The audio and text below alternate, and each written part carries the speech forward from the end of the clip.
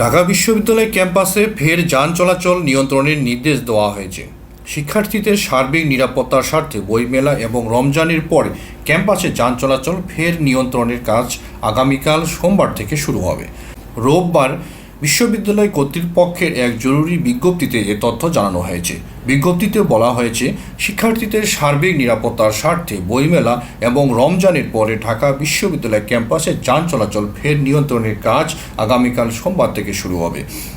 শুক্রবার, শনিবার ও সরকারি ছুটির দিনগুলোতে বিকেল ৩টা থেকে রাত 10টা এবং অফিস চলাকালীন দিনগুলোতে সন্ধ্যা 6:30 থেকে রাত 10টা পর্যন্ত প্রবেশপথগুলোতে ঢাকা বিশ্ববিদ্যালয়ের স্টিকারযুক্ত গাড়ি, জরুরি সেবা ছাড়াও অন্য যানবাহন ক্যাম্পাসের ভিতরে প্রবেশ নিয়ন্ত্রিত থাকবে। তবে গণপরিবহন এবং ভারী যানবাহন প্রবেশ সবসময় নিয়ন্ত্রিত থাকবে।